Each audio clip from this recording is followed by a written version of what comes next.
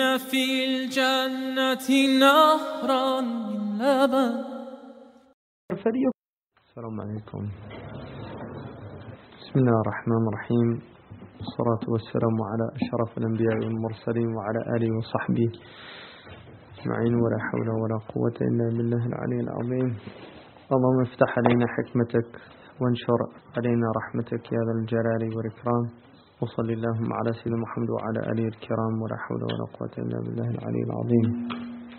Inshallah, I want to talk a little bit about the rights of and duties of brotherhood, and that would include also sisters, from the book by Imam al-Ghazali radiyallahu anhu, Ihya Ulum al-Din.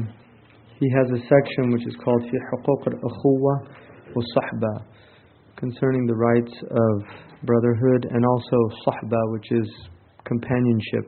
And one of the things about the age we're living in is a loss of fraternity, a loss of solidarity, a loss of brotherhood.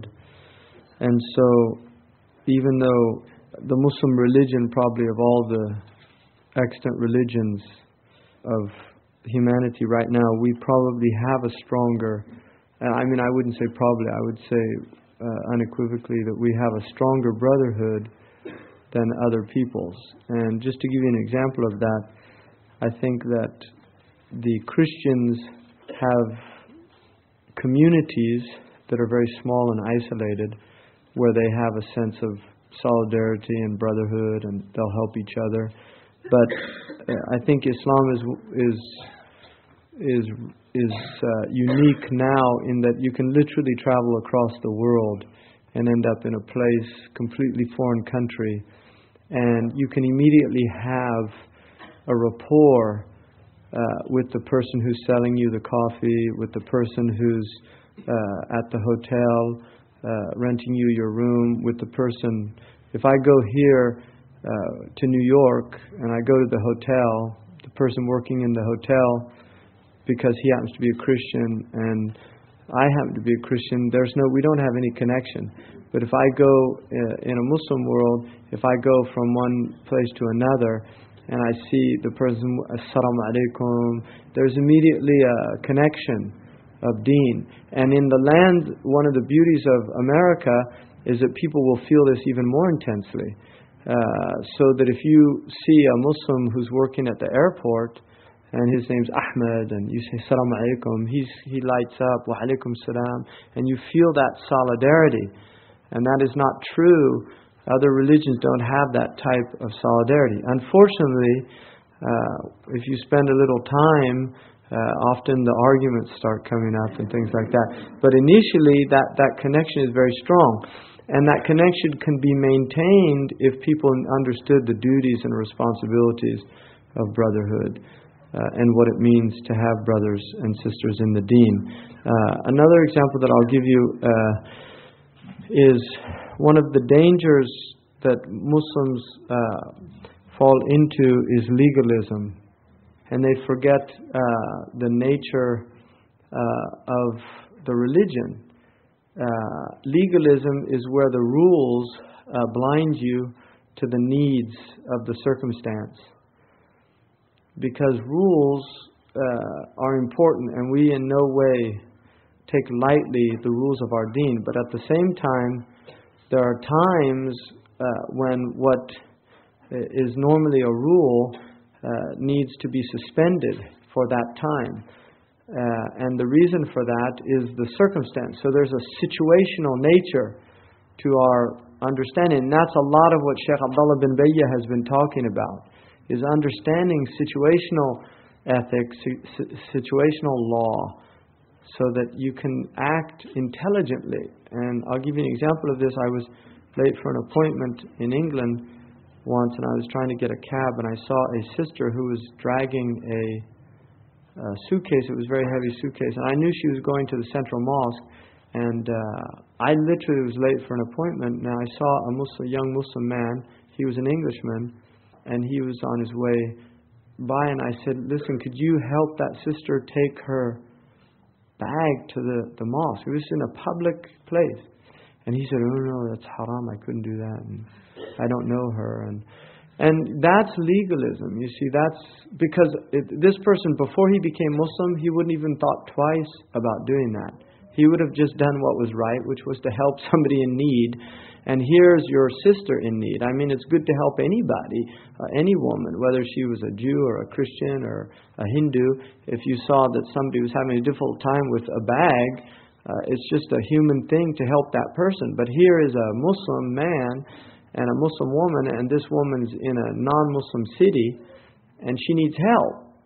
So you just help her, and you do it with a pure intention. You don't do it with an impure intention. That's all it is. And so that was an example. I actually saw that person later, and he told me that, in fact, he ended up helping her. So I was glad that he told me that. But that's the point, is that there's times when you need to understand what the spirit of the law is, and understand that the letter of the law is not always what's intended. And that's what equity is. In this culture, in our legal system, they distinguish between law and justice and equity, because sometimes justice will actually end up being unequitable. If you follow the letter of the law, somebody gets cheated. And that's what istihsan is in Sharia. Istihsan is where you prefer the equitable. So you'll deviate, not deviate, but rather you'll transgress from the letter of the law in order to do what's more equitable. Imam al-Ghazali says that the aqd al-ukhuwa, this bond of brotherhood, is a rabita. It's a link that holds together two people. That's what a brotherhood is. Now, in the Arabic language, ikhwa is usually used for a blood kinship bond, consanguinal relationship between people that are of the same blood. And the Arabs would use ikhwan to indicate a fraternity, generally. But when Allah subhanahu wa ta'ala in the Quran says, إِنَّمَا الْمُؤْمِنُونَ إِخْوَةٌ, and that innama is for confinement, right? إِنَّمَا الْمُؤْمِنُونَ إِخْوَةٌ. Brothers, the believers are brothers. We are brothers. We're ikhwa, which includes akhawat. It's a shared meaning. So what Allah subhanahu wa ta'ala is saying is that believers are brothers. Now an akh, the nature of a brother, is that a brother is somebody that you overlook things. If you look at your own family relationships, because one of the interesting things about human beings is we all have a family. Every human being has a mother and father. Not every human being will necessarily have a brother or a sister, but most people will. And so we've all been in a family situation. One of the things about families is that when they're healthy, they will put up with each other. And that's called kinship bonds. Silat al-Rahim. Now, in a family, the interesting thing about families is no two brothers are alike. In your own family, you're raised in the same family with the same mother and father, and yet you're very different from your brother. You might be extroverted, he's introverted.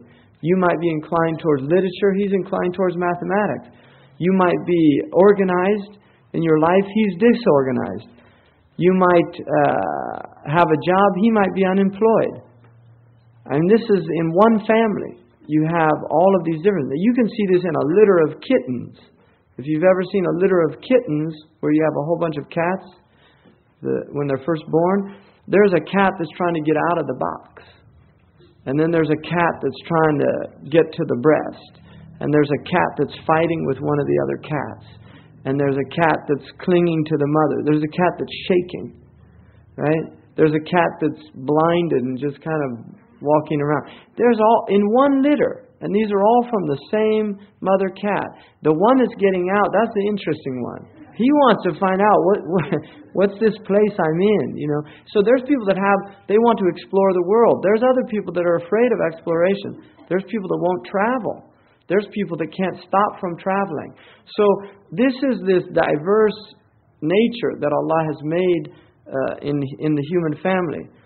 And He says it is like ka'aqd al-nikah bayna az-zawjayn. It's like being married. When you have a brother, it's a similar relationship to a mate. That you've entered into a contract to treat each other in a certain way. And one of the things about marriage is called husn al-ishra.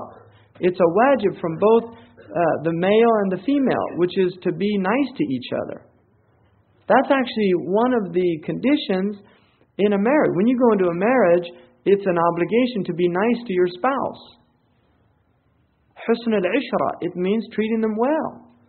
Living with them well, with respect, not making fun of them, not using mental cruelty, not speaking ill of them, not telling jokes of the brunt of which is the spouse. Right? So these are things that...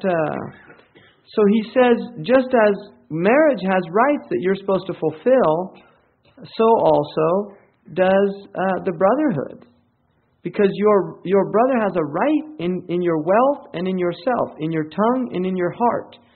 And that you should forgive them and make dua for them also. That's a right of a brother. Now, one of the things when Allah says, إِنَّمَا الْمُؤْمِنُونَ إِخْوَةً, think about that.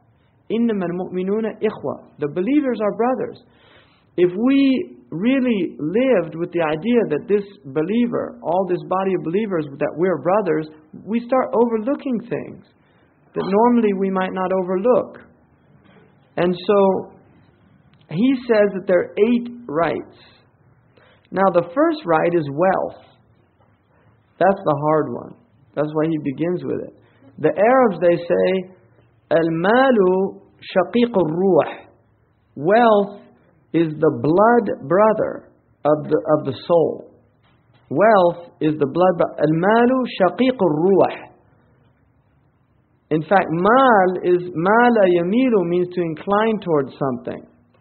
Maylan, to incline towards. Mal, people incline towards wealth. People will die for their money. They'll literally die for their money. And there's a hadith, man mata duna malihi mata shahida. If you die defending your property, it's a shaheed death. Because property is one of the reasons why the lawgiver gave us a sacred law. So, wealth is a right. When you see a brother in need or a sister in need, they have a right in your wealth. And that is something that we need to consider. One of the interesting things about this brotherhood, Abu Hurairah, a man once came to him and he said, Inni uhibbuka fillah.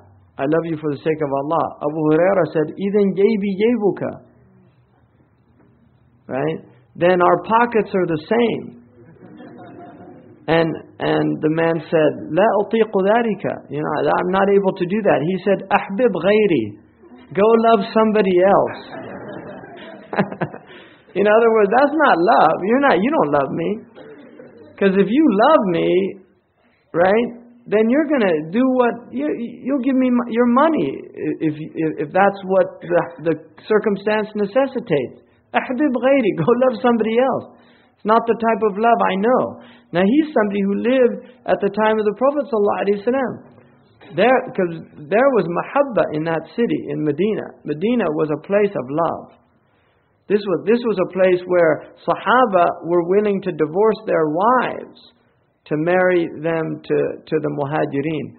Sahaba were willing to split their wealth to give half of it to the brothers that the Prophet had made them brothers.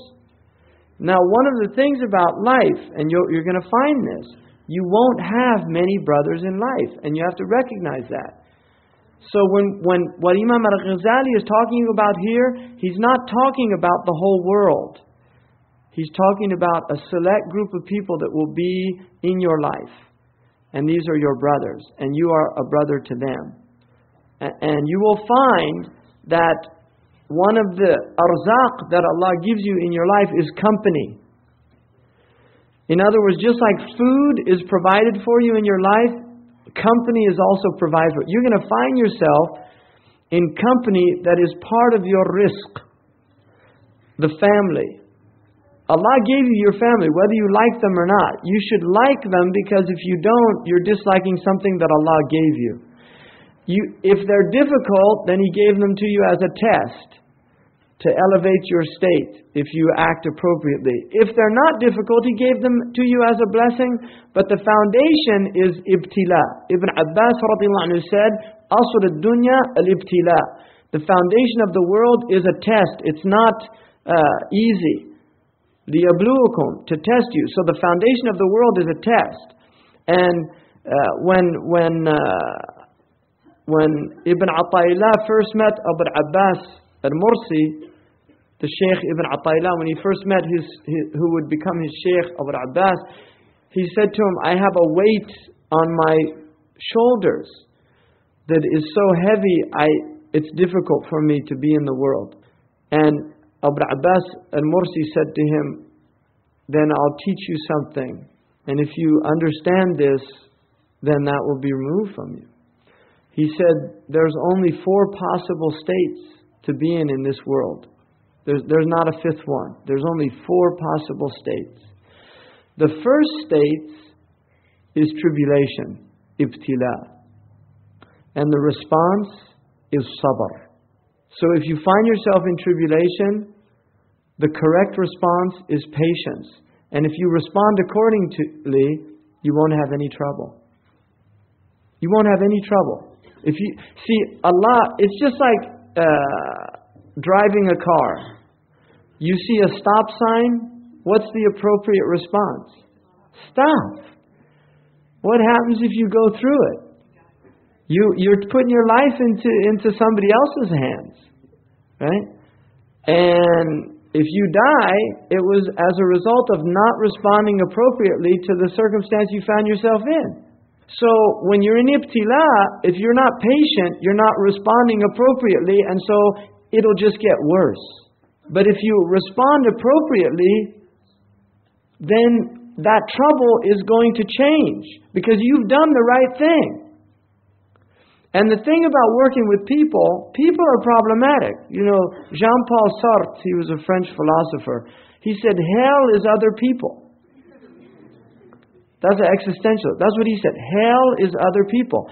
What he failed to point out though is you are somebody else's hell. Right? It goes all around. It's just when you're egocentric, you're just seeing your own troubles. You're not seeing other people's troubles. You see somebody and you want to turn the other way around. Well, there's people see you, they want to turn the other way around. I mean, that's the nature of the world we're in. And there's other people, they see you, they want to hug you. Some, they want to smash you over the head.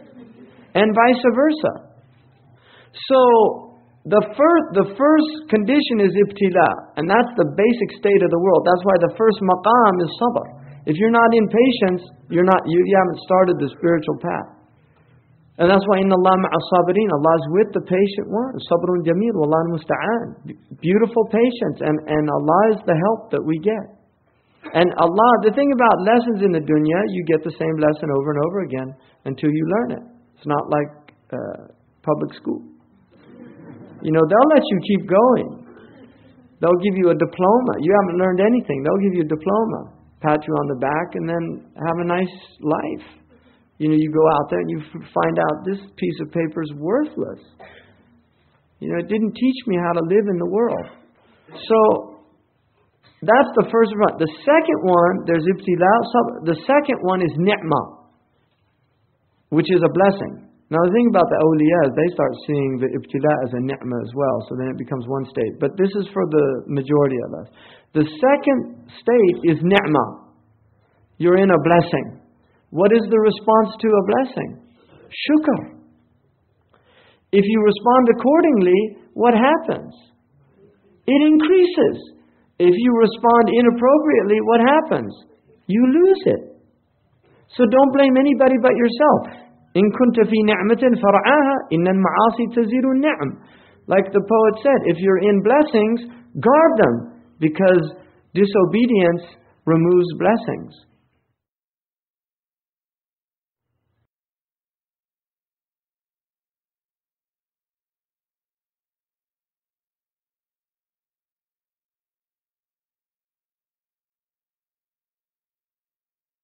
Do you see? Now, if you keep getting increase in your blessings and you're not showing gratitude, what's that called? Istidraj. سَنَسْتَدْرِجُهُمْ مِنْ حَيْثُ لَا يَعْلَمُونَ وَأُمْلِي لَهُمْ إِنَّ كَيْدِي مَتِينٌ. Istidraj is actually worse. Because when you get the blessings taken away, it's a chance to wake up and respond by tawbah. But when Allah is giving you blessings and you're in a state of disobedience, that's a worse state to be in. It's being taken by degrees, which according to our ulama is that you act disobediently and your blessings continue and increase. That's istidraj. So the response of a ni'mah is shukr. What is shukr?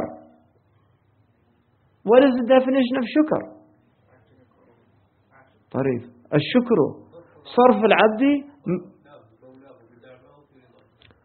العبد ما مولاه في نعماه في رضاه. That's shukr. You want definition of shukr? That's definition of shukr. الشكر صرف العبد ما أولاه.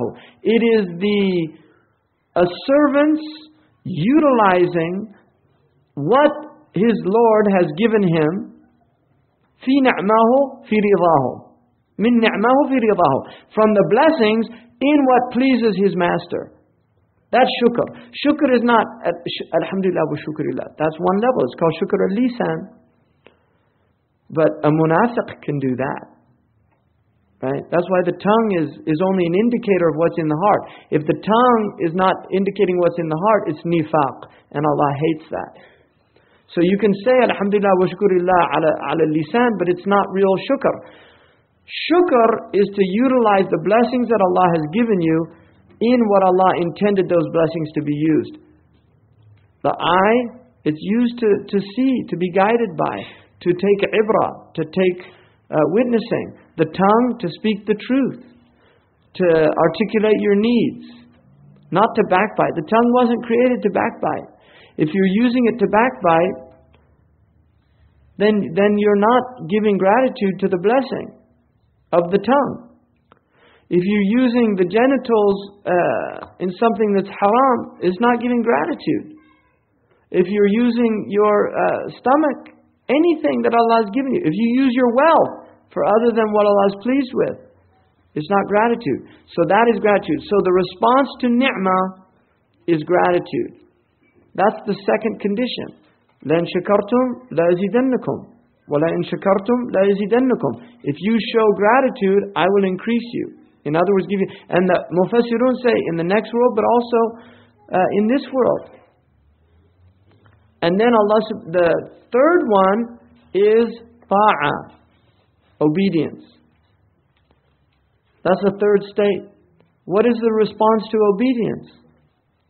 No arrogance, which is called shuhud and minnah, is to see the bounty of Allah, the blessing of Allah in your obedience.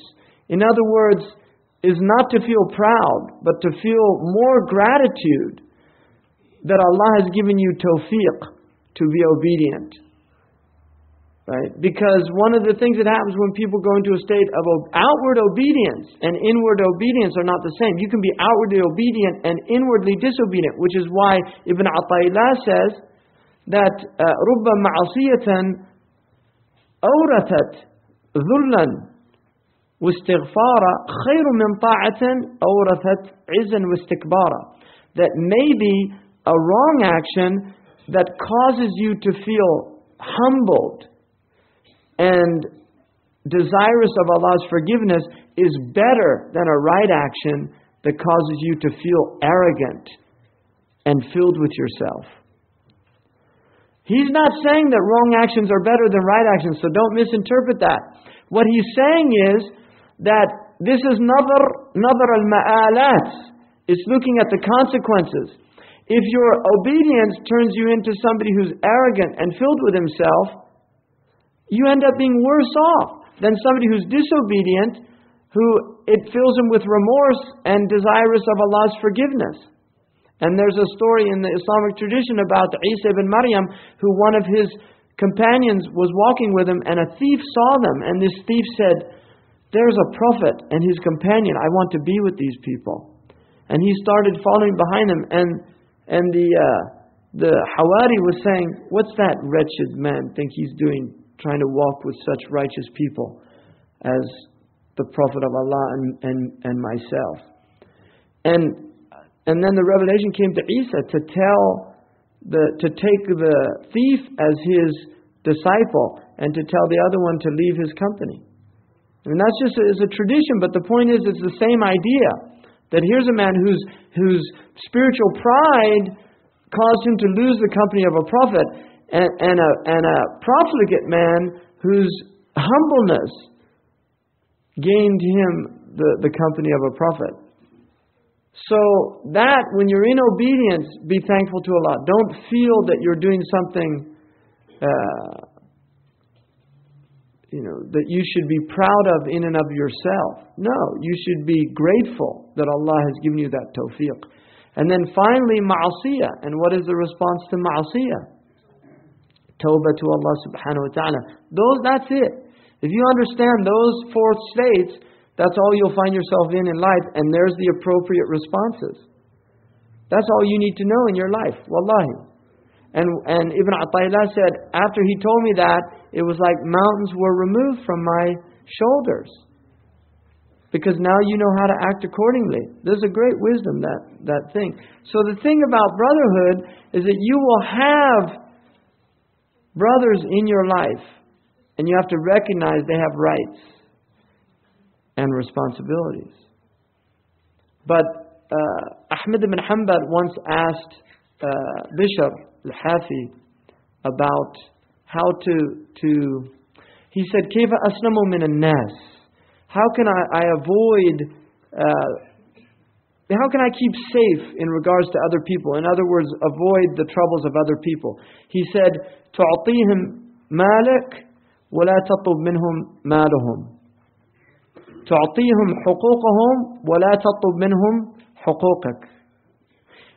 واصلهم إذا قطعوك ولا تقطعهم إذا قطعوك. He said, give them your wealth and don't expect them to give you their wealth. Give them their rights from you and don't expect your due from them. And then continue to keep ties with them even if they cut you off. And don't expect them to keep ties with you. Imam Ahmad said, إِنَّهُ لَعَسِيرٌ. That's so difficult. He said, وَلَيْتَكَ تَسْلَمْ. He said, that's really hard. And he said, and even if you did it, would that you'd be safe from them. That's the nature of dunya. وَخَيْرُ نَاسْ مَنْ خَالَطَ النَّاسِ وَصَبْرَ عَلَى أَذَاهُمْ. The best people are those who interact with other people. Imam Ali radiallahu anhu, he said, الْفِرْقَةُ الْجَمَعَةُ مع الكدر خير من الفرقة مع الصفر. That being with the group with its impurities is better than being alone in a state of purity. Because we're Bani Adam, and Bani Adam are social beings. And you need social, but you have to recognize that people have problems. And you're going to be in the world of problems. And so, in your life, you need some close people. And one of the signs of the end of time is that the most difficult thing to find is dirham halal wa akhun fillah. A halal money and a brother for the sake of Allah. And Sidi Ahmed Zarruq said, I jarrabtu nas kulluhum. And I just found that you get reduced to just a few types of people. He said one type is somebody yuridu an yukammila dunyahu bika. He just wants to complete his worldly things with you. That's his goal in you. He just sees you as a means to some worldly objective. He's going to make money from you. He wants to go into partnership. He wants something. There's some gain. He has a gharad, what they call in this culture an agenda. He's got an agenda. And he said, or somebody he just wants isti'nas. Like he just wants company. He enjoys your company. Right?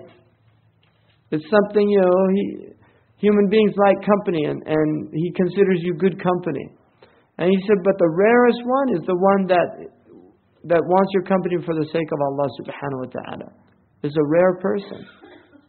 People just want you for dunya, for a worldly gain, or for just for their own enjoyment. They're not there to help you. They enjoy your company. It's just isti'nas. Because they'd rather be with somebody than be alone.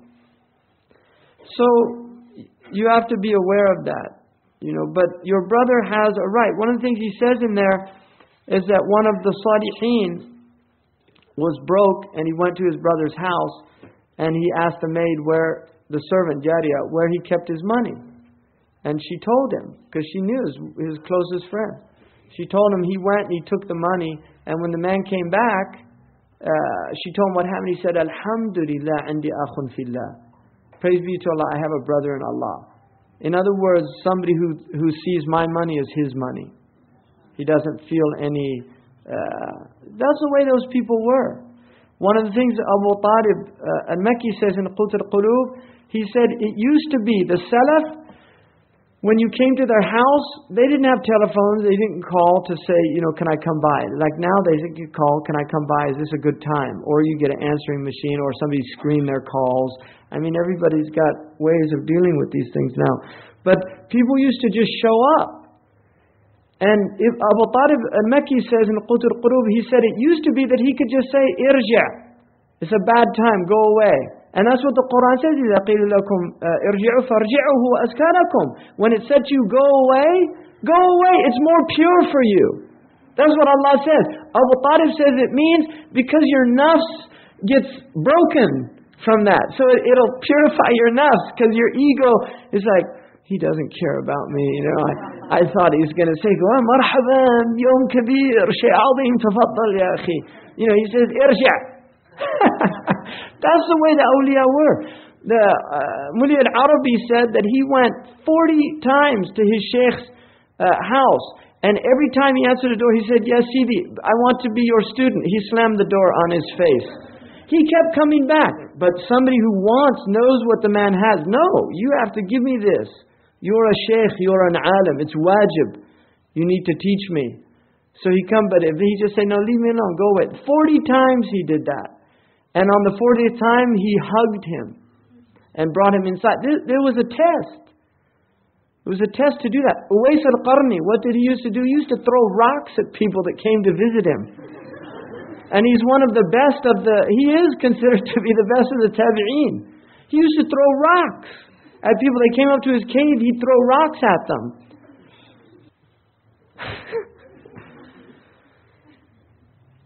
So anyway, Abu Talib al-Makki, what's he say about that? He says, now, if you told somebody, go away, I'm busy, they wouldn't talk to you for the rest of the day.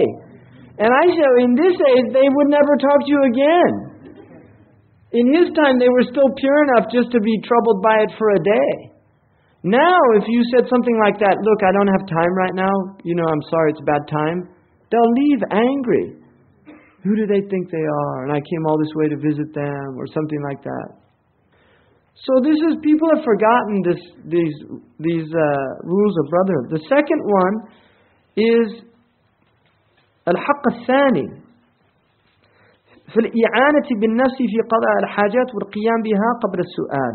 That you're concerned about this person before he asks anything of you. You want to fulfill his needs before he has to ask you. One of the things that Shaykhna said about living here is he said he was surprised at how people didn't really have a concern for the needs of other people.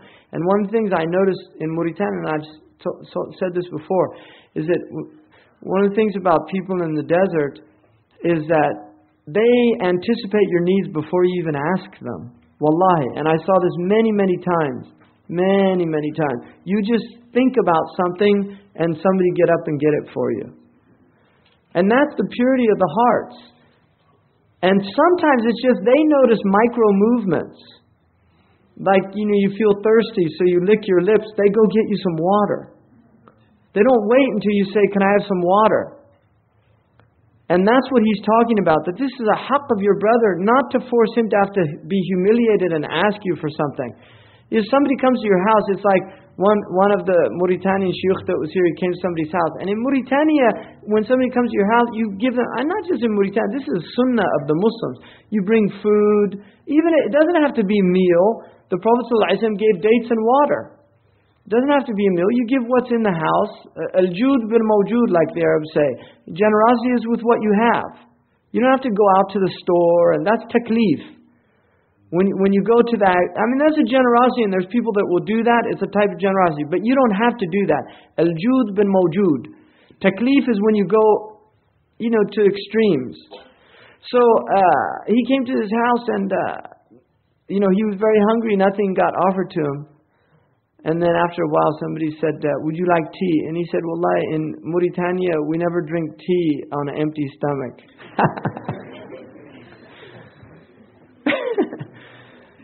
So you should be concerned about people's needs, that people have needs, and think about that. Wallahi, this is all the beauty of Islam and husni akhlaq. Man kana yu'minu billahi wal yawmil akhir falyukrim dayfa.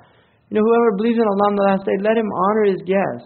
If a guest comes to your house and he leave without even having a glass of water, that's something wrong with your house. Something wrong. And you can do that now. You go to somebody's house, they don't even offer you a glass of water. And it's not about, that you might not be thirsty, you might not be hungry. It doesn't matter. It's just the human thing of courtesy. Ikram al-dayf. It's called ikram. You're honoring your guest. You're going out of your way for your guest. And you're rewarded for that. And there's a tradition that says, what a blessing is the guest. He comes with his own provision and he leaves with the wrong actions of the house. Yati bi rizqihi. The dayf brings it. Don't think that food he ate from your house was intended for you. It was maqsoom. It was for him. It wasn't for you. So don't think you've lost anything. And food is very strange with Muslims and food now. If you have 4 people and a plate of food and you see a 5th coming and you're worried that there's not enough food to go around, that's a disease in the heart. I guarantee you. That's a disease. وَالْمُؤْمِنُ يَأْكُلُ بِشَهِيَةِ أَهْلِهِ. The believer eats with the appetite of his family. If your children are hungry, you shouldn't be eating the food. Or if you should see, and the Prophet ﷺ said the worst type of people are the ones that kill their children out of fear that they'll eat with them. That's like people who have abortion because they're worried about the economics of having another mouth to feed. يعني أبغض الناس عند الله من يقتل أولاده خشية أن يطعم معه. That they're out of fear that they're going to eat with them. أعوذ بالله. Food is the least of your concerns in this world. It should be. All you need is luqaymat. Just enough food, keep your back straight. And I guarantee you can see it. You just try it. Food is a nafs. There's a food nafs. It's a nafs. That's all it is. It's a nafs. And people get irritable because they haven't had food. They get irritable. People get, no, it's just a nafs that you need to learn to control. And that's why, if you can't do that, you should fast. Fasting is a healing for that. You should learn to discipline your soul. It's called Kasr al-Shahwatain. Imam al-Ghazali dedicated a whole book of the Ihya to breaking the appetite of the food nafs. It doesn't mean you starve yourself. But food should never be, one of the worst qualities of a human being is hirs ala ta'am. Covetousness concerning food. Right? If we had, all you students here, if we had 100 guests today, you should want them to eat your food. Oh no, there's not enough food to go around. No, you should want them to eat your food. Because that's their guest, that's an opportunity to draw near to your Lord. And nobody here looks like they're, you don't look like you just came out of Auschwitz or a concentration camp or... Seriously, nobody looks like they're dying of hunger. Everybody's got some room there. These people paying big money to get that weight off. All they have to do is just be generous with invite more guests over. We could start a diet fad in this country called generosity to the guest. You could make a book and have a TV infomercial. Just never eat without having guests and eat from the same plate. You'll lose weight. Right? In America, everybody eats from the same plate. They asked Shaykh Khatri when he went back to Mauritania, what was the strangest thing you saw in America? He said they all eat from different plates.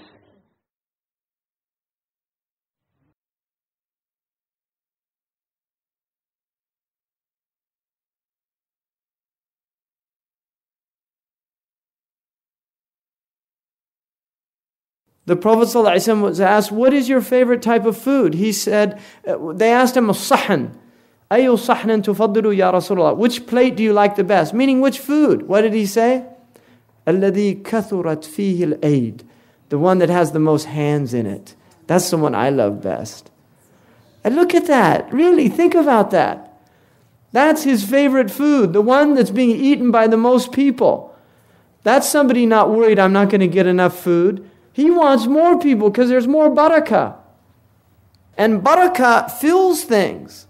Do you see, barakah is that a little with barakah is better than a lot without barakah. That's the meaning of barakah. If Allah puts barakah in your time, you might have less time than another person, you get more done.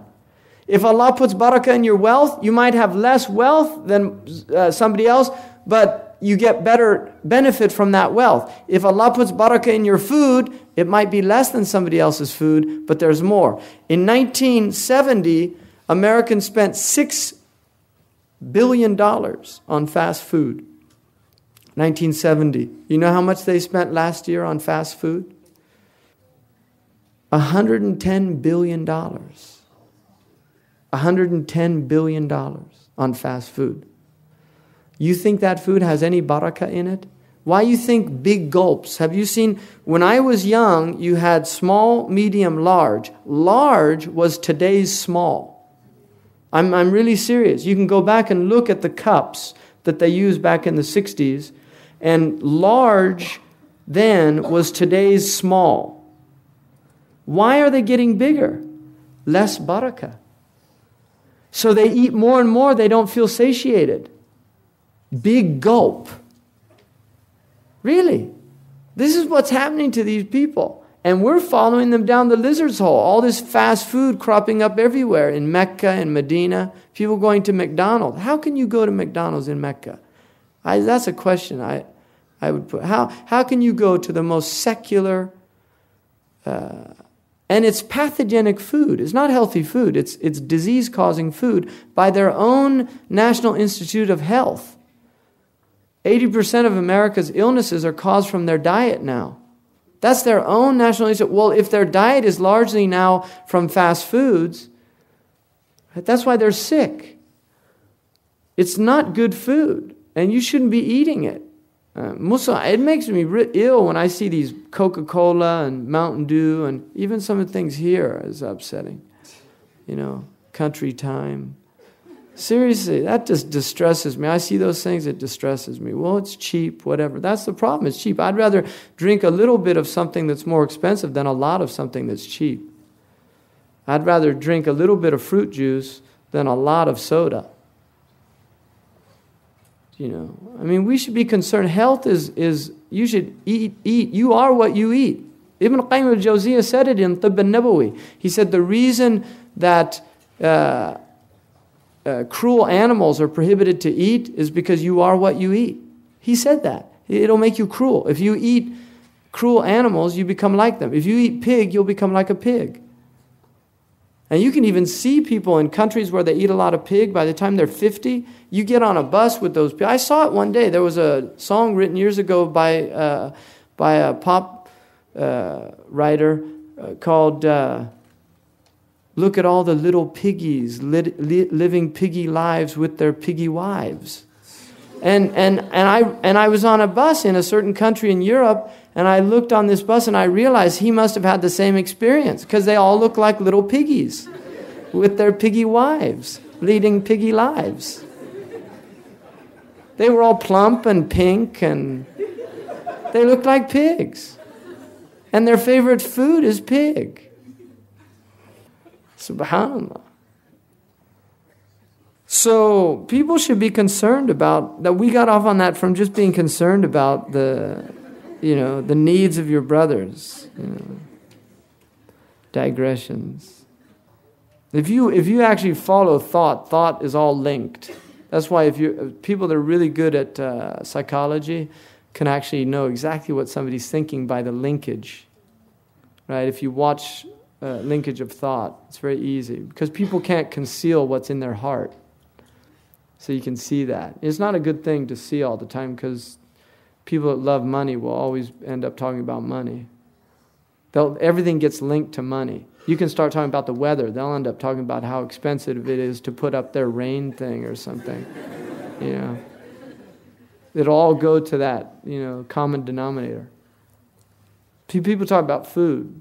There are people that love food, they'll talk about food. If they go on trips, they always come back, they say, there's an incredible restaurant in Rome, and we went there, and I had like the best meals. And that's what they had. That was their experience. Just food. I mean, that's the nice thing about West Africa. They taught me food is fuel. That's what it is. I mean, you can have nice food and embellish it. There's nothing wrong with that. But essentially, you have to understand food is fuel. Food is not life. And they asked Socrates, why are you the most learned man in Greece? He said, the only difference between me and you is you all live to eat, but I eat to live. Right? So that's the second, right? That Allah subhanahu wa ta'ala says that you should, the Prophet sallallahu alaihi wasallam took care of the needs of people. Like when we know when Ati ibn Hatim came into his house, what was the first thing he did? He offered him, there was only one pillow, and he offered it to him, to his guest. He didn't ask him for the pillow. He offered it to him. That's looking to the needs of your guest before he asks. There was a beautiful hadith in Sahih Bukhari about a man who came to the Prophet ﷺ, and he said, he brought some milk. It was a qidah of milk. And he gave him the milk. And then when he finished, he said, would you like some more? See, I mean, you could just give somebody milk and that's it. He said, yeah, I'd like some more. And so he had a second one brought. He drank the whole thing. He said, would you like some more? He said, yes. He drank 7 bowls. And then the next day he came back and he became Muslim. And he gave him milk. And he drank 1 bowl. He said, would you like some more? He said, I'm full. And the Prophet ﷺ said, Al-mu'minu ya'kuru wa yashrabu min ma'yin wahid. The believer drinks from 1 intestine, but the disbeliever drinks from 7. In other words, a believer will be content with less food than a disbeliever. So there's a change that occurs. But the point of that hadith is not that I was making in this instant. The point that I was making was that he was concerned, do you want more? Do you want more? Right? To provide more if they want more. The third one is the haqq in the tongue with sukut sometimes, and silence sometimes, and speech other times. That's a haqq. And that's a wisdom to know when to talk and to know when to be silent. There's sometimes when you should be silent. For instance, if somebody makes a mistake in grammar, the udabas, the people of adab say that you shouldn't correct somebody who makes a mistake unless the mistake is in a verse or in a hadith. But if it's just normal speech, you should do. And this is a time when Arabs were speaking really well. And Shaykh Muhammad Yaqubi told me once that he was in a gathering where this man in Syria had gotten up to give a poem on a certain occasion. And it was a poem honoring somebody who had gone through a grave tribulation and come out of it. And the man got up and he gave this poem, and it was a very bad poem. It was like a doggerel in Arabic, and it was all broken in the wazn. But one of the ulama got up and just slammed this man for destroying the Arabic language, and just humiliated this young man in front of all these people. And then Shaykh Muhammad Yaqubi got up, they asked him to give a talk, and he gave a talk, and it was all about veiling the shortcomings of people if there's no haqq shar'i, if there's no reason not to do it. And he did it in a way that didn't humiliate the other sheikh either. But this is the thing, I mean, there's things that you should be respectful of people and not humiliate them and not do these things. This is a haqq. So speaking at the appropriate time and not speaking at an appropriate time. Now, one of the things about this age, the Prophet ﷺ, he said, "Ista'idhu billah min jari su, alladhi in ra'a khayran satarahu wa in ra'a sharran adharahu." Ask Allah for refuge from a bad neighbor who, if he sees evil, he tells everybody about it, and if he sees good, he doesn't make mention of it. And there's people that are like that. They'll just wait for evil from you, and they'll go and expose it to the world. But when they see good from you, they don't go tell people about it. That's the Prophet ﷺ, to seek refuge in that type of a person. And there's a lot of people like that now. If they see evil, they want to go out and announce it to the world. You know what I saw so-and-so doing? You know what I said? But when they do good, they have no mention of it. And it's like news as well. That's what news does. It just wants to expose everybody and never say anything good about people. Right? So the tongue is one of the worst things. It really is. And the Prophet, I'll tell you something, this is, to me, one of the most, all the hadiths are powerful, but in this particular subject, this hadith is very, he said, إِيَّاكُمْ وَظَنَّ فَإِنَّ الظَّنَّ أَكْذَبُ الْحَدِيثِ. Beware of suspicion, because suspicion is the most treacherous of thought. Suspicion is the most treacherous of thought. What does that mean? أَكْذَبُ الْحَدِيثِ. It lies. It means that when you suspect somebody, you'll confirm your suspicions. I'll give you an example. If you think somebody is talking about you behind your back, he could be in a group of people or she could be in a group of people, and you're there and you see that person, and then they're talking and then they look at you and they just happen to look over there, and then they go back and talking. I knew it. He's talking about me. This is what the dhann will do. I knew it. He looked right at me and went back. This is what people do. The suspicion is confirmed. And this is why, they used to say believing is, seeing is believing. And the postmodernists said believing is seeing. Right? There's a lot of truth to that statement. That based on your belief, you will interpret the world. So if you think people have it in for you, and I'll give you an example. I have actually given a khutbah. And somebody came up to you after the khutbah and said, why did you talk about me in the khutbah? Wallahi.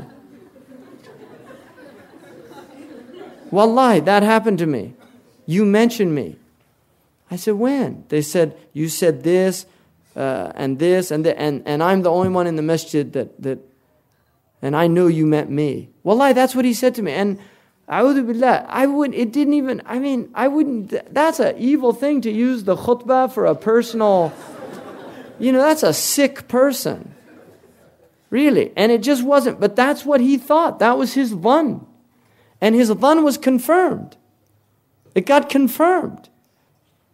So that's the nature of suspicion. It's an evil thing. And that's why, what does the Quran say? Inna ba'da dhanni itham. Right? That some types of suspicion are wrong action. Because it'll lead to wrong action. It'll lead to wrong action. لا يغتب بعضكم بعضا. Don't backbite each other. Right? لا تجسسوا. Those are deep and high meanings. Don't spy on one another. There's a hadith, لا تحسسوا ولا تجسسوا. Don't تحسسوا is to think something, and then tajassasu is to go find out whether it's true or not. So don't even think it. But once you've thought it, don't go find out. There's a hadith that a man came to the Prophet ﷺ and he praised another man. And then the man came back the next day and then he said, he started saying bad things about the man. And the Prophet ﷺ said, yesterday you said good things about him, today you're saying bad things. And the man said, well, yesterday I told the truth, and today I didn't lie about him. All right. So the Prophet said, what? He said, well, yesterday he did something that pleased me, right? And today he made me angry. So I said the best thing yesterday about him that I knew, and today I said the worst thing that I knew. So the Prophet ﷺ said, Inna min al-bayani la-sihra. Words are magic. Right? In other words, don't use words, just to manipulate. If that's the basis of your friendship, as long as he's pleasing you, you're pleased with him, and if he upsets you, you're not pleased with him, that's not a basis for friendship. Right? That's all worldly gain. That's what happens in this society. It's just based on the world. And when that thing goes, they say, Man ahabbaka li shay'in abghadaka li zawadihi. If somebody loves you because of a thing, he'll hate you when you lose that thing. So if somebody loves you because you're beautiful, and then your beauty goes, they don't love you anymore. If somebody loves you because you have wealth, and then you lose your wealth, they don't love you anymore. That's not love. Shakespeare says love is like the North Star. It's constant, never wavers. That's real love. It's like al-Qutb. So, just about tongue, and this causes more problem. And I'll tell you another thing, and I really hope everybody take this into deep consideration, because I've never had any problems in interpersonal relationships except for breaches in adab. And I've seen this again and again. This is my own personal life. I'm speaking from personal experience. And often it is because of the breach of a hadith which says, al-majalis bil-amanat. Private circles are trusts. They're sacred trusts. If you're sitting in a private circle, private conversation is not like public conversation. It's not, by the nature of it. Because when you're with people that you trust, you might open up with them about things that you won't say in public because they'll be misunderstood. Literally. Because that's the nature of language. You can't say certain things to a large group of people because it'll be misunderstood.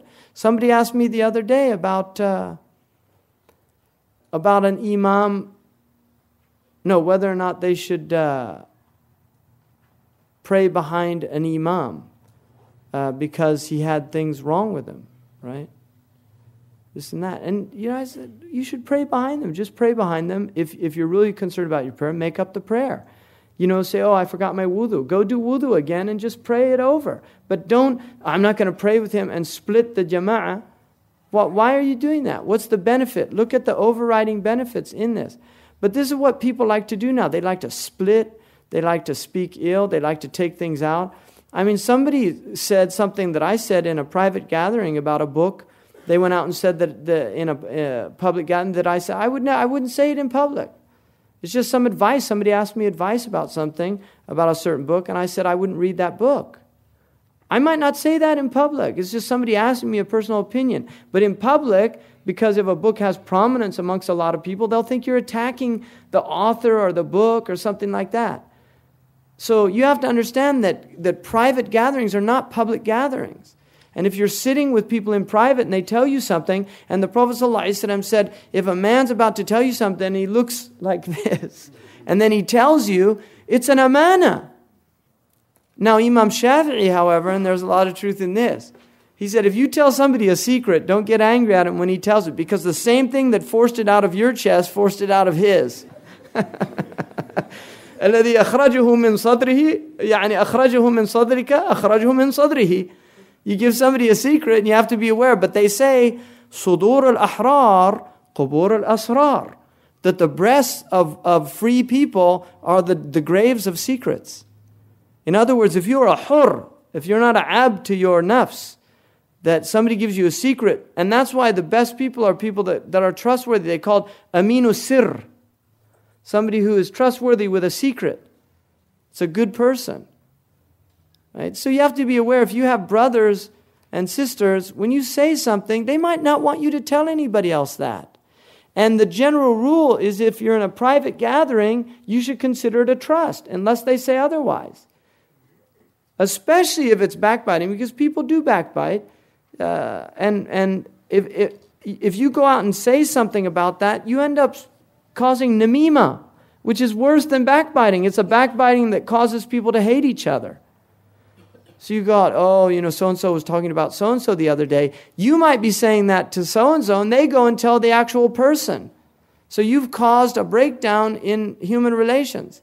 And it's hard to restore those relations. So also not saying things that are cruel, that are mean, that are harmful. Saying good things to them. And that leads to the fourth right, which is just as you should be silent about the makarih, you should also speak about the mahab. Speak about those things that are good. And it's a good thing to tell other people about the good things about people, and also to speak highly of people in when they're absent. And that leads to backbiting, because backbiting, this is one of the things One of the things the Prophet ﷺ said, إِذَا أَحَبَّ أَحَدُكُمْ أَخَاهُ فَلْيُخْبِرْهُ. If you love somebody, tell him. But you should recognize mahabba is a big thing.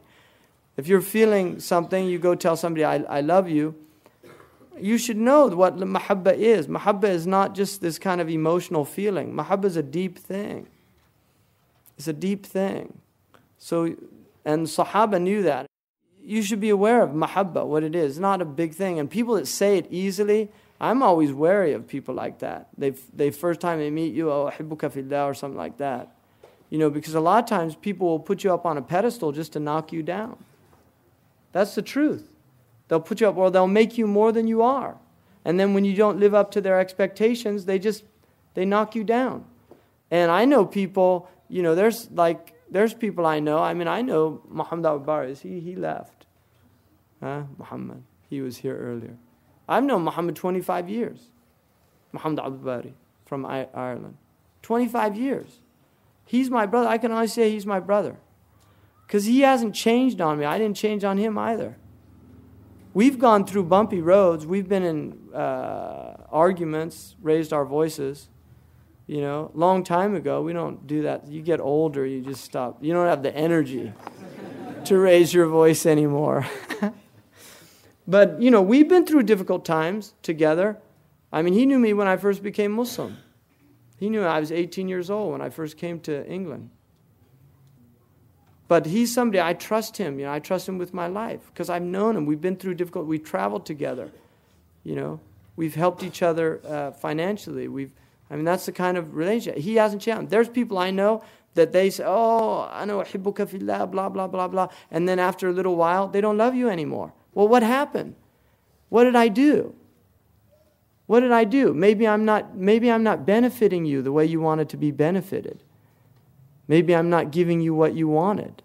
I mean, if your love was for Allah, well, Allah's still there. And I still believe in Allah. Right? Seriously. If that was what your love was, if it was mahabba fillah, then where did the love go? I guess it wasn't for Allah. It was for some worldly gain.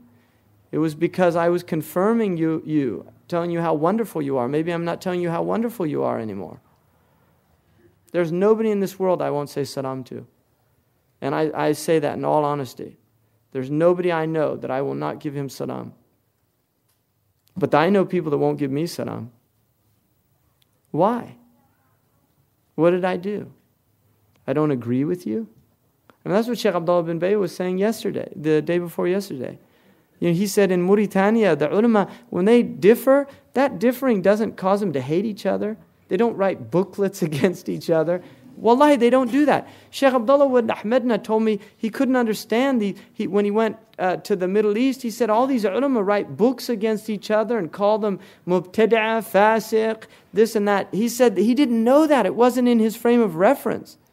I mean, can't we just disagree and be human beings?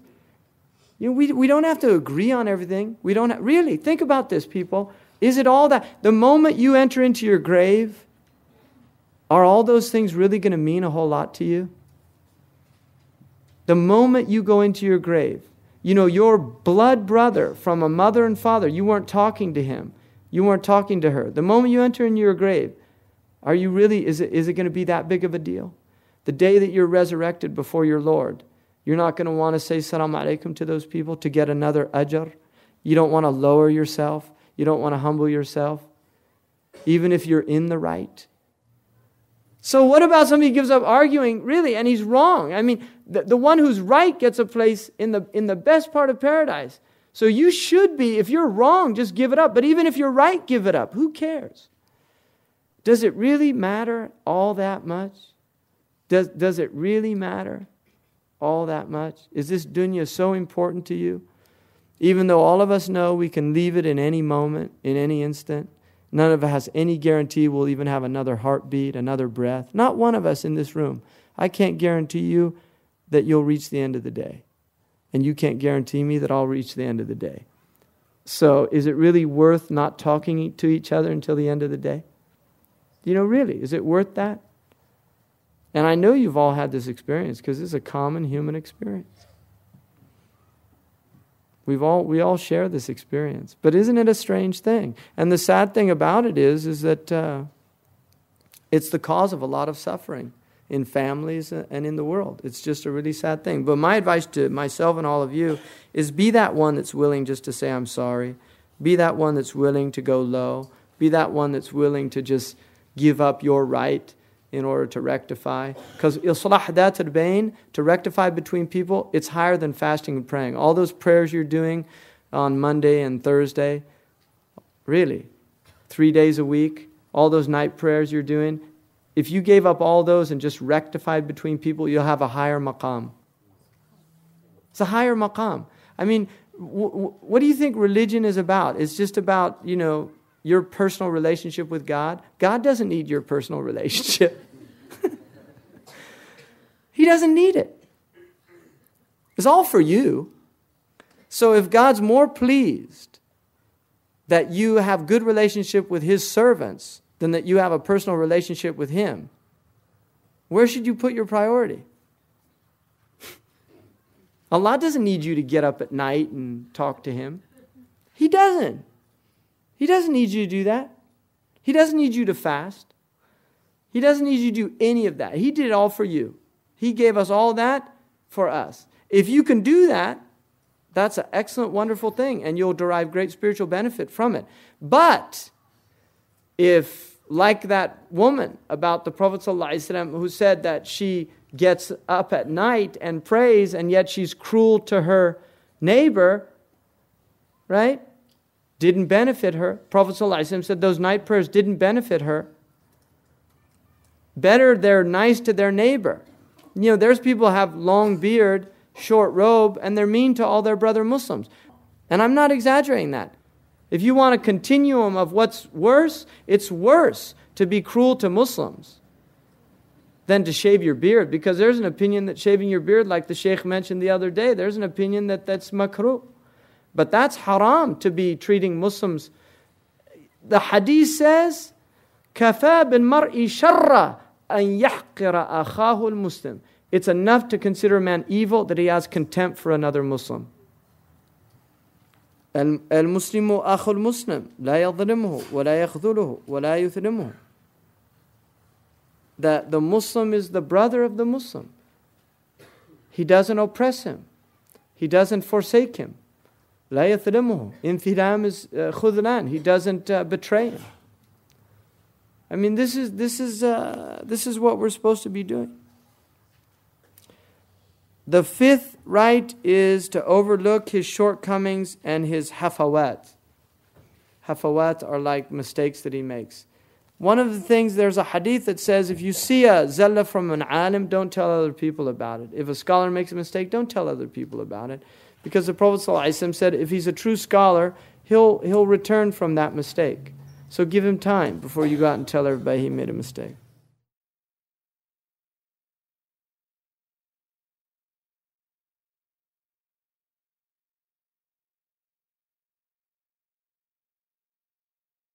That's a really important thing. Just overlooking the faults of people, really having a magnanimity, largesse, not being so caught up in that. There's a beautiful hadith in which the Prophet ﷺ said that, that if you veil the faults of your brother, Allah will veil your faults. And if you expose the faults of your brothers, Allah will expose your faults, even if you're in the midst of your house.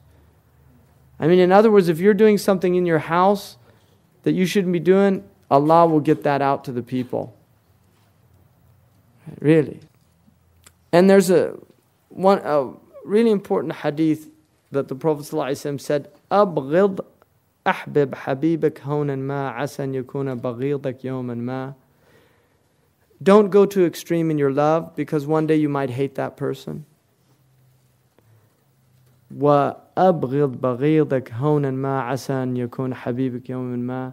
And don't hate a person to an extreme, because you might love him one day. And I'll tell you something, one of the most, and I think Malik Shabazz, Malcolm X, he had ilham from Allah. Even though his Islamic education was limited because of the time he was living in, he had ilham.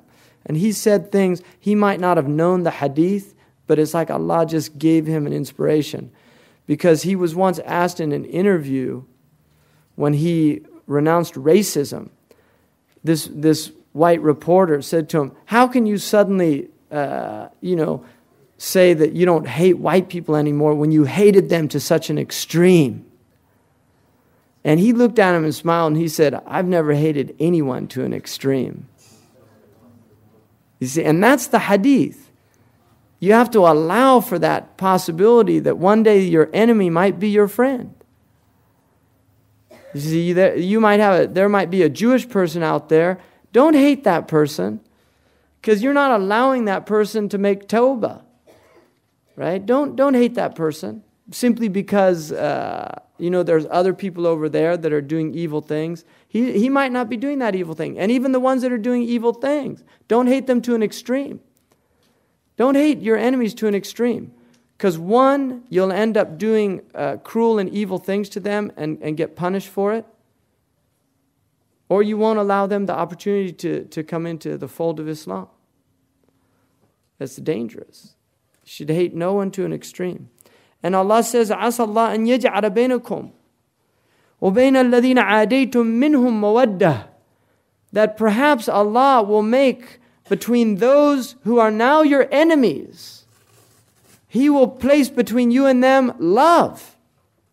Khalid ibn Walid was the reason why the Muslims suffered the losses they suffered on the day of Uhud. Ikrimah ibn Abi Jahl and Khalid ibn Walid, they were brilliant horsemen and they had a cavalry, and right when they saw the archers leave, they came back and they routed the Muslims. Both of them became Muslim. Hind ibn Abi Sufyan bit into the liver of Hamza. Some of the ulama said that's why she became Muslim.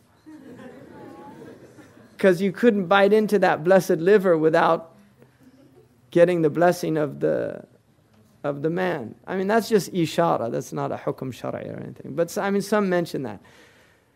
But the point is, she bit into the liver just to show her hatred for the man that killed her father.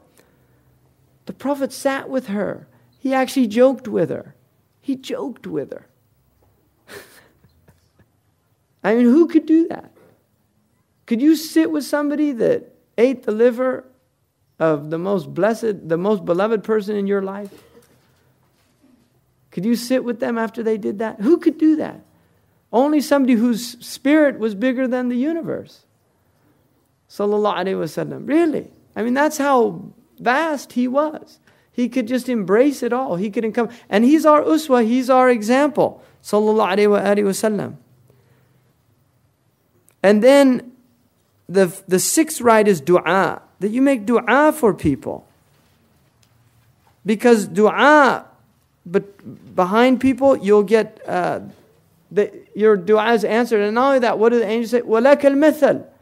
And you get everything you ask for your brother. Don't ask anything for yourself. Just make dua for your brothers. Because you'll get everything you ask for them. Because the angels say, وَلَكَ الْمَثَلِ. They make dua for you and their dua is mustajab.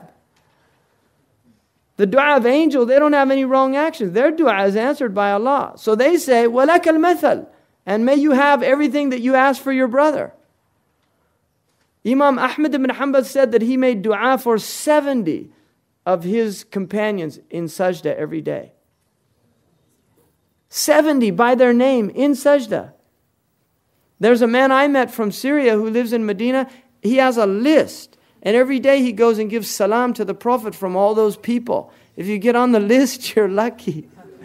He has a list of people who visit Medina, and if you're fortunate to meet him, he'll put your name on there, and he'll go, and that's a dhikr that he does. He just goes and says, so-and-so said salam, so-and-so said salam, every day. Bid'ah. Leave him alone. You know, why? It's not haram. Just leave him alone. You know, man's doing a service to all those people on the list. The seventh, al-wafa wal-ikhlas. Al-wafa is al-hub wa idamatuhu ila al-maut. That if you love that person, it lasts till death. That's real love. It lasts till death. It's not something that's going to pass. That's real ikhlas. And you're sincere in your love. And that sincerity means you want the best for that person. You want the best for them. You don't want harm to come to them. That's real love. That's wafa. What did the Prophet ﷺ, he used to visit even after Khadija had died, he used to go visit her friends. After she died, he used to go visit women who she used to sit with. They were her friends in the world. And after she died, he would still go and visit them. They weren't his friends, they were her friends. And that was his mahabba for his wife. And he used to say, al-wafa, husn al-ahad min al-iman. That's what he would say when he visited these women. He would say, Khadija used to visit them, husn al-ahad min al-iman, to maintain these trusts is from iman. I mean, that's mahabba. Look at one of the proofs of the Prophet ﷺ is the people that were with him in the beginning were with him till the end. That's because they were khayru umma ukhrijat linnas.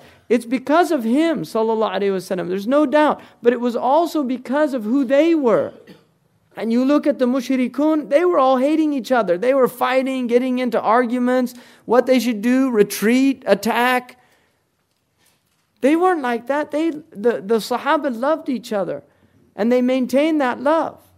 Even Imam Ali during the fitan, he was able always to speak well of those people. You look in those things. And that's why one of the proofs that certain khutab that have been transmitted that say he attacked these people, the ulama rejected them.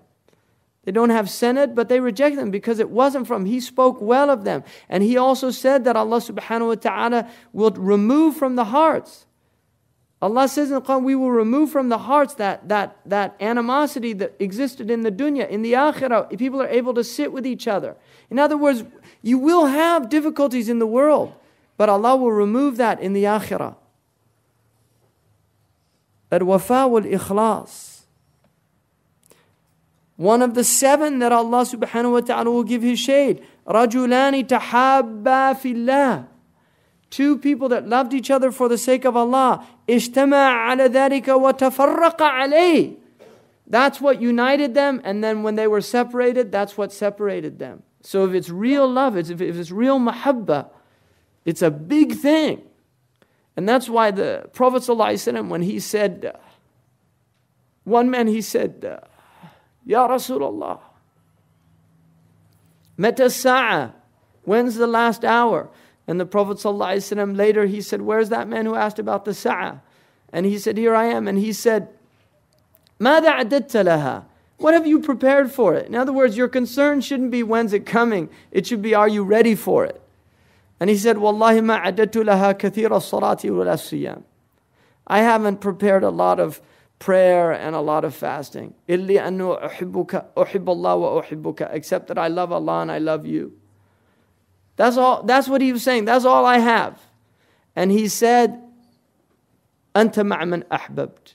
You're with the one you love. And in a riwayah he said, المرء مع من أحب. A man is with the one he loved. Anas said, we did not rejoice in hearing a hadith more than we rejoiced in hearing that hadith. Because they all loved Allah and His Messenger.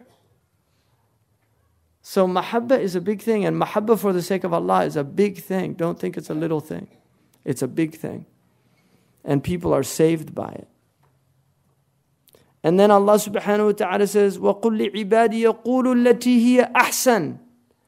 Tell my servants to say nice, good things, beautiful things. Why? إِنَّ الشَّيْطَانَ يَنْزَغُ بَيْنَهُمْ. Because shaitan will separate them because of their words. And that's why if you want to maintain your bonds with people, guard your tongues. Guard your tongues. And if they don't guard their tongue with you, it's not your concern. You still honor them. Guard your tongue with them. People make slips.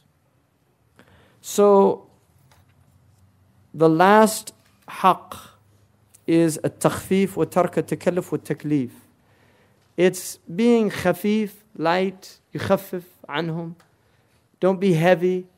Thaqil, thaqil, the Arabs, they say, thaqil, هذا الرجل thaqil, he's heavy. And we say it in English, that guy is heavy, right?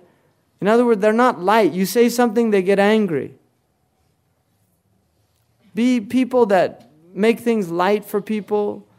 Don't have takalluf. Takalluf is like everything has to be according to protocol. I mean, I once said about a Mauritanian man that I knew, I was worried that I offended him or something. I said to someone, I'm worried maybe I upset him. And he said, لا لا لا هذا لو ضربته بفاس لا يبالي. If you hit him over the head with an axe, he wouldn't mind. And that's the way people should be. Don't be so sensitive about things. Just accept people. Why are you going to get upset? Everybody is all politics and mura'at, and you're always worried, oh, did I say the right thing? Why does life have to be like that? Why do we have to be so weighty with each other? Why can't we just allow somebody to make a mistake? If they say something inappropriate, they said something inappropriate. You can tell them later, but don't turn it into a reason to hate them. We all say things inappropriately. If you haven't said something inappropriately, make dua for me. You're an angel. Really, we're all human beings. So if somebody said something, if they had bad adab with you, just let it go. Just really. That's the way the Prophet ﷺ was. One time a man came, he was sitting with him, he started to shake. He just got so nervous being in his presence. He said, Hawan alayk. Go easy on yourself. He said, I'm the son of a Qurayshi woman that used to eat dried meat, which is an Arabic way of saying, I'm like you. I'm a human being. And that was he wasn't like him. He's not like anybody. He's a human being. Like they say, Muhammadun basharun la kal bashari, but huwa kal yaquti bayna al-hajar. Muhammad is a man, but not like other men. He like the ruby amongst other stones. But he was telling him, Hawan alayk. That's takhfif. He's making it easy for somebody to be in his company. And that's what you should do. Just be easy on people. Let these things go. It should be water on your back, like they say. Just let it just roll off your back. Don't be so sensitive. People here are very sensitive. And that causes all this animosity and hatred. And, people come to you, oh, I said something wrong. I say, I don't care. I forget things. Wallahi, and I'm not saying that. I really do. I forget that. I don't care. Big deal. But, just don't worry about it. I would expect people to overlook my fault. Then I should expect me to overlook their faults. I should expect that from me. If I expect that from them, but don't expect it from them. That's the problem. I know there are teachers that won't tolerate. I know that. But this is a bad time, and I think even the teachers, the ulama, have to be more tolerant of bad adab and things like that. Because there's bad adab out there. There is. But you have to be more tolerant. People are ignorant. People don't have the same background.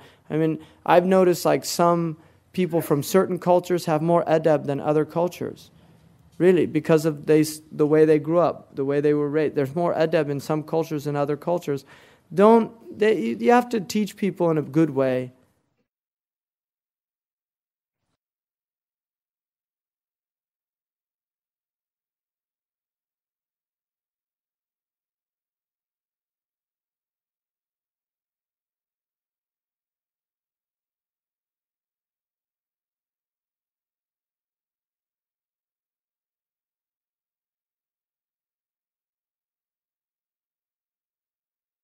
In regards to leaving an argument, rectifying between people, does it apply to non-Muslims as well? You don't. It's just best to avoid this stuff. I use these general. I think Shaykh Abdullah bin Bayya, you've heard him long enough to realize that he sees us as a human family. He has a soul that it's a lot bigger than a provincial. He sees human beings as a family. And we're all on the same planet. One of the beautiful things that the poet Hafiz, he's a Persian poet. I wish I could say it in Persian. I don't speak Persian, but because Persian is a beautiful language, it sounds beautiful, you hear it. But I read it in translation, and he said, what would you say if you were invited to a banquet by the Lord of the worlds? And when you went into that banquet, you saw all of these other people that had the same invitation that you had. How would you treat those guests? And he said, Hafiz knows that everybody on this earth has been invited to be here by the Creator of this earth. the Jew, the Christian, the Hindu, they've all been invited. There's a wisdom behind their existence. And once you start seeing that, you'll treat them a little differently. They're all guests. And the thing about guests, some guests are good guests, some guests are bad guests. Some soil the carpet. Some throw up. Some pass out. Some act inappropriately. They don't have any table manners. They're still guests. And if the host is generous, what does he do? He overlooks it all. So, I think it's a good rule to just try to apply this to everybody. If you don't have time to fulfill the rights of your brothers and sisters in Islam, should you avoid associating with them? Yes. And there's a chapter in Imam Riyadh al-Salihin about the obligation of avoiding the company of people if you can't keep your tongue and your hands safe from them. In other words, if you're going to harm people, it's better to avoid them. What does the fourth state mean? Ma'asiyah. In other words, you can be in a state of disobedience, and the response is to make tawbah. So if you find yourself in disobedience to Allah, say astaghfirullah. Everybody should know the conditions of tawbah is nadama, right? You have to have remorse. You have to ask forgiveness of Allah, and you have to make the intention not to return back to it, and you have to leave that thing. If you're doing it, and then there's one that involves the rights of others. If it related to a right of others, which is radd al-madalim. If you took somebody's money, you have to give it back to him. Even talking good about your brother in his absence may initiate a discussion about him. The good point. Sidi Ahmed Zarruq said the most dangerous thing you'll ever say is how so-and-so. And I've seen it. You can see it in your own conversation. You see it in others. Once you open that door, it's a tricky door. How's so-and-so? Oh, you know what he did? And that's all you have to say. Kifa fulan? Kif hal fulan? And then suddenly... And, there's a thing in the nafs. The nafs, if you have problems with people, you tend to like to ask about them. It's something the nafs, maybe it's that you're hoping something bad happened to them or something. That's the nafs. And you should just say, A'udhu billah from those type of things. You should wish people well. In my community, we have a Salafi Imam who talks about where the parents of the Prophet will be on the Day of Judgment. The Prophet ﷺ, his parents are in paradise, and that's the opinion of the Imams of this Ummah. And Qadi Abu Bakr ibn al-Arabi said, anybody that says his parents are in hell should be beaten. I'm not saying beat this Imam up. I'm not. Because he probably read, a book that it's a very weak opinion, which is the opinion that the people before Islam are in the hellfire. And there are some hadiths that would indicate that. But it's a weak opinion. It's not the dominant opinion. And Aqidah is not based on ahad. Now the other thing is, Sayyidina Omar had one of the munafiqeen beat up because he was an imam in a mosque and he would only recite with abasa wa tawalla. Just because he liked to say something bad about the Prophet. It's not bad about the Prophet, but just because it's a verse in the Quran, he frowned and turned away because there's mu'ataba. And he was a hypocrite. And so he used to recite that just because he'd do it in every prayer that was recited out loud because he was a munafiq. Omar had him beaten for doing that. So there's an example where reciting the Quran is actually an ithm because of the intention. Right? So what about saying his parents are in the hellfire? Why are you saying that? Who are you benefiting by giving that information to? Who are you benefiting? Would you like somebody to say your parents are in the hellfire? You yourself. You might punch that person that says that. About your own parents. So what about the best of creation? Why are you saying that? And there's a book written by Imam al-Barzanji, which is, the entire book is proving that his parents are in paradise. The whole book. And he's one of the great imams of this ummah. So, I heard somebody say it on the minbar. People got up out of the mosque and left. And generally, if I asked Shaykh Abdullah bin Bayy about this, should you, if you hear something on the minbar that's a real munkar, should you condemn it? And he said, no, because of the fitna. It would lead to a graver fitna. I mean, that's something you want to wait till after the khutbah and maybe say something that opinion is not a substantiated opinion, and the ulama have said that we should not ever say that. Even if you hold that opinion, you should never say that. But the proper opinion, they're from Ahl al-Fitra. مَا كُنَّا مُعَذِّبِينَ حَتَّى نَبْعَثَ رَسُولًا. We don't punish people until we send them a messenger. I mean, the parents of the Prophet died when he was in, the father, Abdullah, died when he was, before the Prophet ﷺ was born, and Amina died when he was a young boy. So, neither of them reached taklif. Simple as that. And there's a weak hadith that says that Allah raised them up, and when He visited them, because we know the Prophet ﷺ did visit their graves. He asked permission from Allah to visit their graves, and Allah granted him the permission. He went.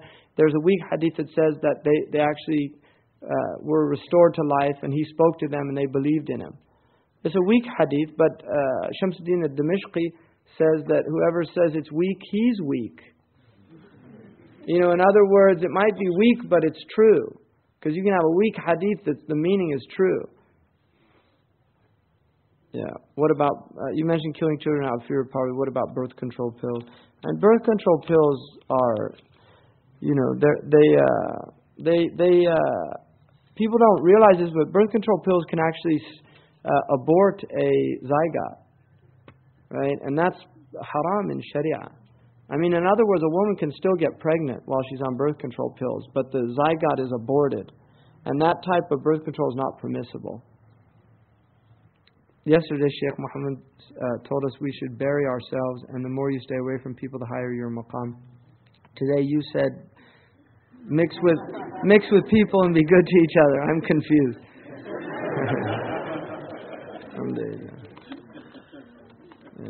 The world is a confusing place to be. The Arab, they say, لِكُلِّ مَقَامٍ مَقَال. Every maqam, every place that you're in has words that relate to the place you're in. Today we're talking about the duties of brotherhood. Yesterday the Shaykh was probably talking about adfin nafsaka fi ard al-khumul. I don't know. Is that what? Yeah. All right. So he was talking about a certain maqam. If you speak about that maqam, then you speak according to the maqam that you're talking on. Do you understand? So don't, intellect is the ability to hold opposing ideas in the intellect at the same time and understand that they're not mutually exclusive. So don't worry about, he was talking about another thing, and that relates to, one of the things about some of the Muslims is, you become Muslim if you're in the West. You see Muslims going overseas for 6 months, they just became Muslim, they come back and they're Shaykh al-Islam. Right? That's what he's talking about. You don't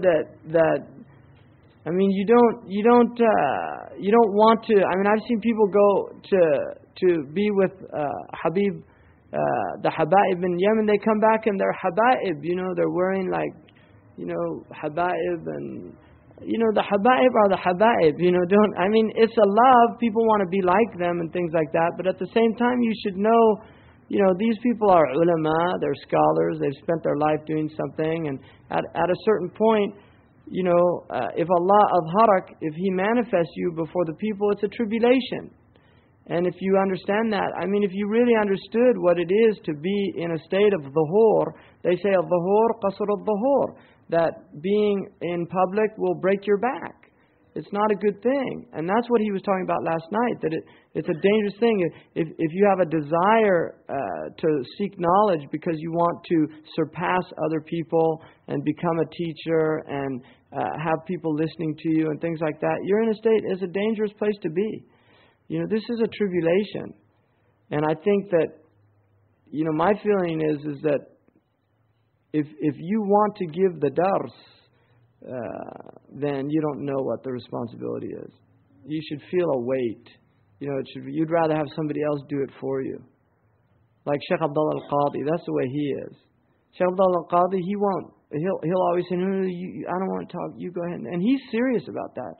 He's not, because that's his ikhlas. And people that sit with him, they feel that he's got ikhlas. That's what you feel being in his presence, because that's the type of person he is. وَلَا نُزَكِّي عَلَى اللَّهِ أَحَدٍ. Allah knows what's in people's hearts, but that's my belief about him. I didn't look into his heart, but that's my belief, and that's how it appears to me.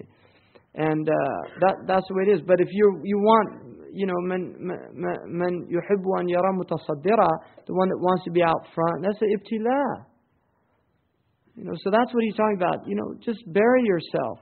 There's a hadith, the Prophet ﷺ said the best people are the people that when they're absent, nobody notices they're gone. And when they're there, nobody notices they're there. And unfortunately, and this is a proof of his maqam probably, Shaykh Ahmed Jabir was supposed to come here. He didn't come. And that's the way he is. When he comes into a majlis, nobody notices him. And when he leaves, nobody notices. And he's one of the most learned people on the Arabian Peninsula. He was going to come here. I'm really sorry he didn't come. He's a Yemeni man. He's just an amazing man. But nobody knows about it except the ulama. When the ulama have a difficult problem, they call him up. But if he goes into a gathering, he's just hidden. You won't even see him. He sits in the back. And nobody notices him. And it really bothers him when some of the ulama force him to come up. He doesn't want to do it. That's just who his nature is. That's the khumul that he's talking about.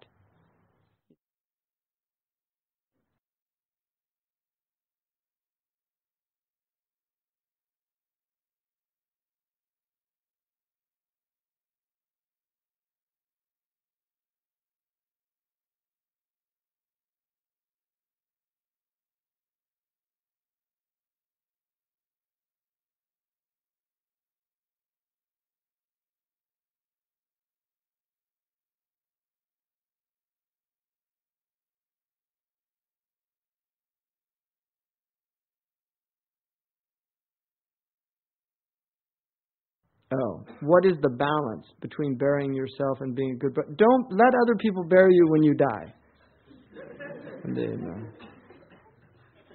He's talking about burying the nafs, which I'm just being light. But, what that means, the balance is that when you enter onto the spiritual path, just guard your ego against that desire to be at the center of attention, the center of, that's a desire of the nafs. And to be in that place is a dangerous place to be. And if you knew what it was, you wouldn't want it. And that's why the Prophet ﷺ said, قَدْ أَفْلَحَ مَنْ مَاتَ وَلَمْ يُؤَمَّرْ عَلَى أَحَدٍ. He's had success, whoever dies, and he was never the leader over anybody. That's a sign of success. So the responsibility of leadership is grave. And that's why if you really knew what it was, you'd flee from it. And that's why Sahaba didn't want it. They used to flee from it. They didn't want to give fatwa. Now you see people jumping to give fatwa. They didn't want to give fatwa. You hear the Shaykh, when he's asked these questions, he said, next to me, you maybe didn't hear it. Every time he said, La hawla wa la quwwata illa billah. It's a musibah. That's what you say when you have a musibah. La hawla wa la quwwata illa billah. Inna lillahi wa inna ilayhi raji'un. It's a musibah to have to give, because these things people are going to worship Allah based upon them. It's not an easy thing, not an easy responsibility to take. So, there's a balance. This is an age that we should just do the best that we can. I think Muslims here especially, we're fortunate. I'll tell you some things about America. One of the things that America does is that the blacks that are in America, if you go back to the countries where most of the African American people came from, they have all these tribal problems. If you're Igbo, then you don't like the Yoruba. If you're Yoruba, you have problems with the Hausa. If you're Hausa, you have problems with Fulan. This is something very real in those countries. Not on the good people that understand Islam, but at that general level, they have these problems. This is clan. And the same in Europe. If you go to Europe, the French have a problem with the English, the Germans have a problem with the French, the Italians have a problem with everybody. This is the way that it works. Do you know? If you look at America, here there's a problem between black and white that Islam can solve. But if you look at the whites, generally they don't have these same problems that they have in Europe. because a French American and an Irish American look the same, they speak the same language, it's not even a big deal anymore. What's your background? It used to be a much bigger deal. It's not a big deal anymore. And that is a very powerful plus. The same amongst the African peoples here. You know, they're African, but they don't know, am I Yoruba, am I Mendink, am I Wolof, am I Fula? You can see in the faces of some people, especially in the South, where you have still some people that their bloodline is it hasn't been mixed with. Most northern blacks have Irish blood, they have Native American blood. Even a lot of southern blacks have Native American blood. But most African Americans in this country have white blood, and a lot of whites in this country have African American blood. If you're Irish, there's a high percentage that somebody in your past was African American. Really, it's a very high percentage, because Africans, when the Irish, when they got here, they were treated the same as blacks and Native American, and the only women they could marry were Indian and black women. And that's one of the things of Islam can happen here. We can see, like Pakistanis, they have problems back home. Bangladeshis a lot of Bangladeshis don't like Punjabis because of the war that was caused by Kissinger. It wasn't caused by, seriously, Kissinger started that whole thing. But they feel animosity, because if they're old enough to remember those days, they saw what happened when they were part of East Pakistan and the Pakistani army came in. That's what the way the Aus and the Khazraj were before Islam. They had big fights, and the Prophet ﷺ brought them together. There's no reason why that shouldn't happen here. In the Arabian world, it's the same problem. They have problems, right? The Lebanese have problems with, even amongst themselves. Palestinians have problems with the Syrians. The Syrians have problems with the Iraqis. These are all their problems over there. They're not problems that we should bring here. When you come here, you can let go of those things.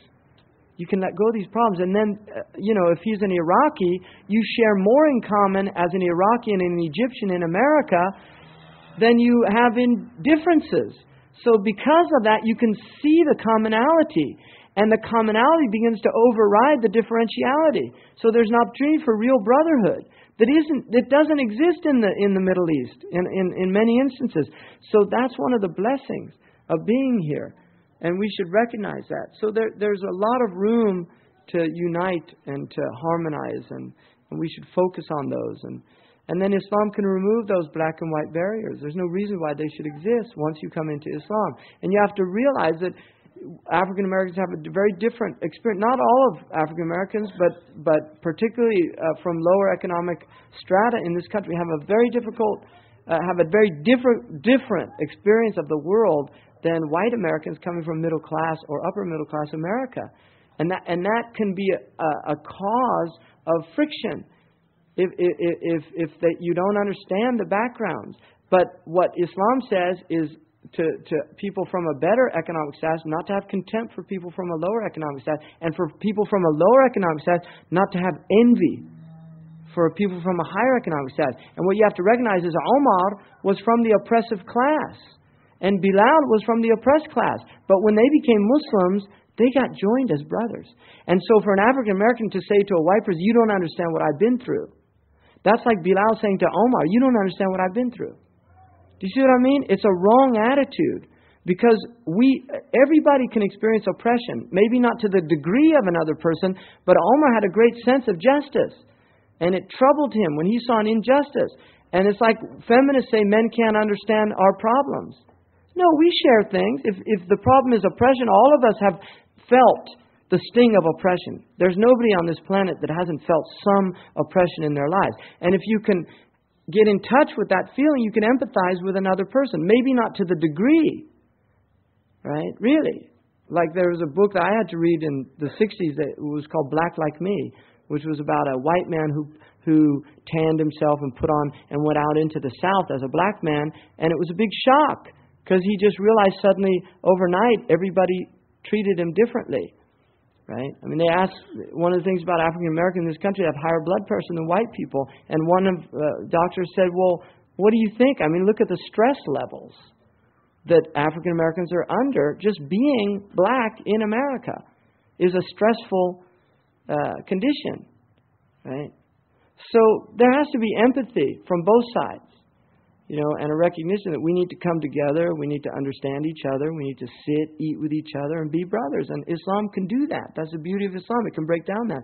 And, my experience in the African American community is that the majority of African Americans are much more forgiving. That's been my experience, that there's much more sense of just, being able to let that stuff go and be a brother with somebody. But there are some African Americans that carry it with them on the back. And if you're a Muslim and you happen to be white, you can feel that chip. But at the same time, you have to be compassionate with that person. Because that's not something that chip was not something that he built. I mean, that's the result of being in a state of injustice and living that and experiencing it. And that anger begins to build and begins to eat people up. And it's hard to let go of that, but people can do it. Malcolm X did it. That's why he's a giant. That's why he's a giant, because he overcame all those obstacles. That's what a giant is. I mean, I read an interview about a 97-year-old black man who was in perfect health, never took any medicine ever, and the article was about his diet. And it was so beautiful because he said, people always ask me what you eat. He said, I eat just like everybody else, maybe a little worse. And the man asked him, well, why do you think you're in good health? He said, well, one thing I do differently, he said, I've never felt hatred towards any man. And he said, even I grew up in the depths of the South during the worst period.